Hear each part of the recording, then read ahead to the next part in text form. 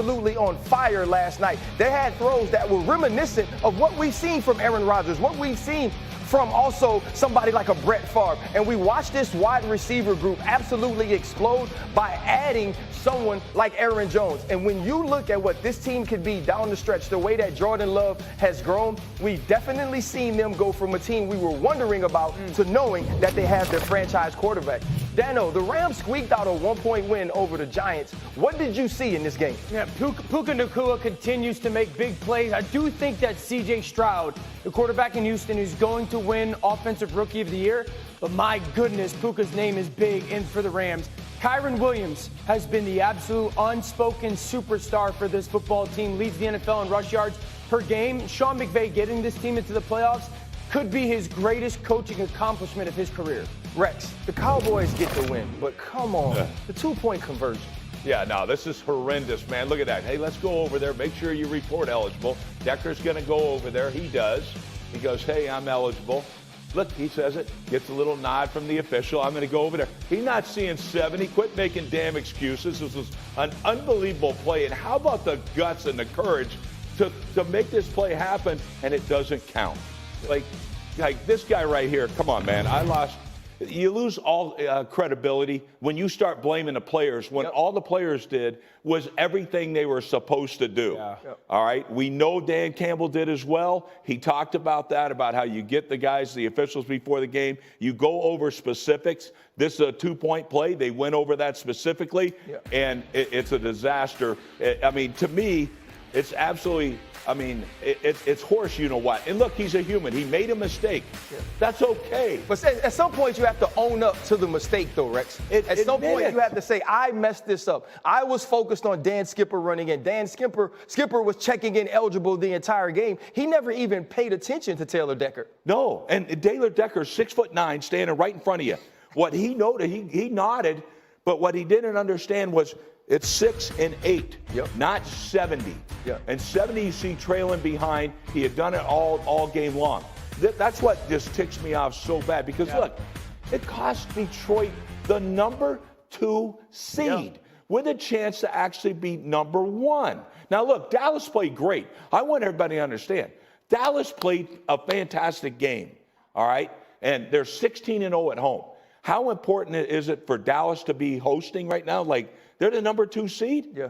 They may win the whole damn thing now based on, and it's not just based on this call, but the circumstances of it, they absolutely robbed Detroit. The travesty of the call is Dak Prescott's play has been overlooked. How good was Dak Prescott, not only in this game, Dan, but the entire season? It could be arguably the greatest year of his career. I'd say this, too. I think we can make a very firm case that Dak Prescott to CeeDee Lamb is the best quarterback to wide receiver duo going into the playoffs. And think about it. What a contrast a year makes. That was not the case last year when it came to Dak and heading into the playoffs. There was not a lot of confidence. That play right there, that 93-yard touchdown, that is one of the best plays I think I've seen Dak in his career. What quarterback wide receiver combination are we putting ahead of that duo going into the playoffs? But this year you aren't putting anybody in front of them because I don't think so. When they want completions, they get completions. But he's got 1,000 yards more than CeeDee has 1,000 yards more than every other quarterback or Cowboys wide receiver. 1,000. Right. He had two son the other night. But the problem is this, though. He has 1,000 yards more than every other receiver. Teams are coming into the game to stop him, and they still can't. And I think it's not only about their connection, but the high-level play of both players individually. Yeah, and I do think that Mike McCarthy's done a nice job of moving him around in some of those moments, RC, specifically on third downs. But look at the difference last year to this year. I remember last year going into the playoffs, I think I ranked him 12th as far as like guys going into the playoffs quarterback-wise. Justifiably so. He just did not play well last year. Where would I place Dak going into the playoffs right now? Quarterback ranking-wise, like if we were just saying, hey, guys, and I know... If we're talking about this year, it's different, too, because I think second or third? I'm about to say this year, based on his weapons and how he's performed, Dak Prescott, to me, is right behind Lamar Jackson. Yeah, I agree. Right now, play-wise, when it comes to, like, the production, again, I think Josh Allen Josh hasn't played great over the last 2 or 3 weeks. Yeah. Stafford and his connection there. But my goodness, the connection that he has with CeeDee Lamb is it's the best going into the playoffs. Well, you know what? It's not just the CeeDee Lamb connection, all right? His best pass he made in that game was that beautiful touchdown pass he threw to Brandon Cook. Yes. My absolutely goodness. Phenomenal. Yeah. Look at him. You can't hand the ball to him. Look at that ball. Yeah. That's like almost the one he should have been a safety, but that's you're right. Almost the one that he threw against Miami. Yeah, it's just crazy. Very similar route, just to the other side of the field. Yeah. And when you look at Dak Prescott, he's now become a new quarterback. Yeah, and let me tell you something. Here's the scariest thing. He's thrown 22 touchdowns at home against 3 interceptions. Like, I don't care where you rank him.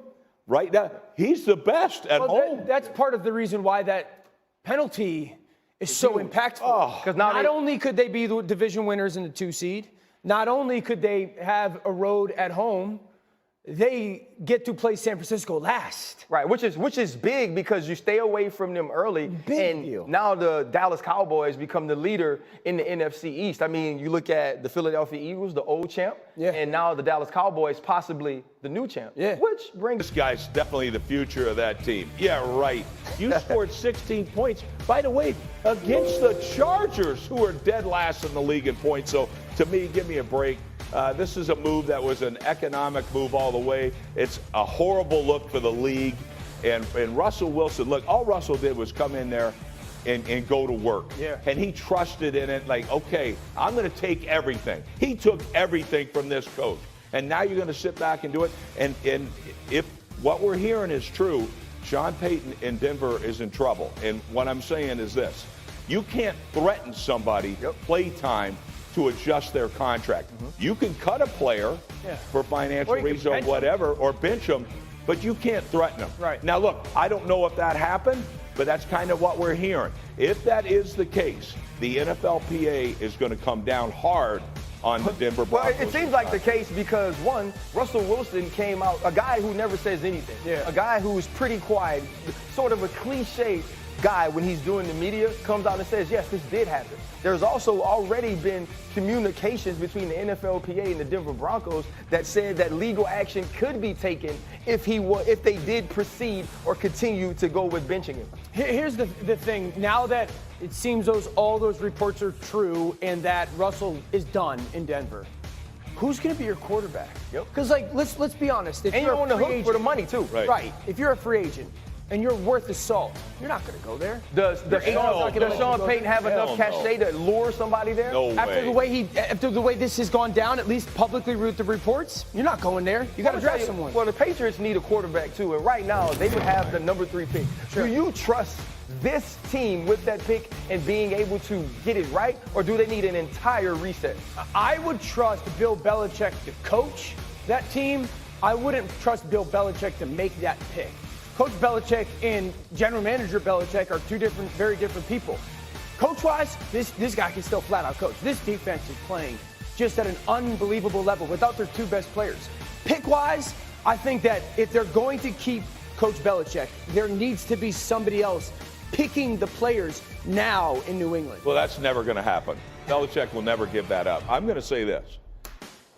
I think New England is hoping somebody trades for Bill Belichick. Now you're getting compensation, and we can reboot. With the new coach, hopefully, look, nobody's going to have the success Bill Belichick's had there. I mean, he's, the greatest success ever, okay? But you want to reboot this thing. And especially if you're going to be picking as high as you are, going with a new quarterback. You need new blood in there, man. You're not getting a new quarterback at 3. Yeah, you can get a new quarterback at 3, but a team that's going to be picking at 1 is the Chicago Bears. And there's questions about, do they need a new quarterback? And we heard the fans, we want Fields. We want Fields. What should the Chicago Bears do, though? We want Fields is dang right. We've been calling him, I've called him the future forever. And it was funny because before these last few games, I'm like, they're going to do the easy thing, which is take the quarterback and try to trade Justin Fields. But I'm telling you, do a little digging here, okay? This guy right here has 1 receiver he can throw to, DJ Moore. Sure. All right? He's thrown 8 touchdowns to Moore against 0 interceptions. Yeah. He's got a completion rate of 74%. when he throws to DJ Moore. All others, no, forget it. It's 64%. All right? He averages 11 yards per pass attempt to DJ Moore against 6 to everybody else. All right? 8 touchdowns and 7 interceptions when he throws to anybody else. How about if he had Marvin Harrison Jr. with DJ Moore? I'm telling you, if that happens. Rex, you don't need the first pick to get Marvin Harrison Jr. So are you saying trade back and acquire more picks? Absolutely. Trade back, but make sure you get Marvin Harrison Jr. So if that means trade back to 2. Now you get Marvin Harrison Jr., okay? And I'm telling you, with the compensation that they can get, this team can go from being dead last in the division to winning the division. So I think everyone knows where I stand on Justin Fields as a player. I thought he would play MVP caliber football this year. It's starting to look like that down the end. Correct. Let me give you guys the last 10 quarterbacks to go number 1, because I say this all the time. Number 1, if you're picked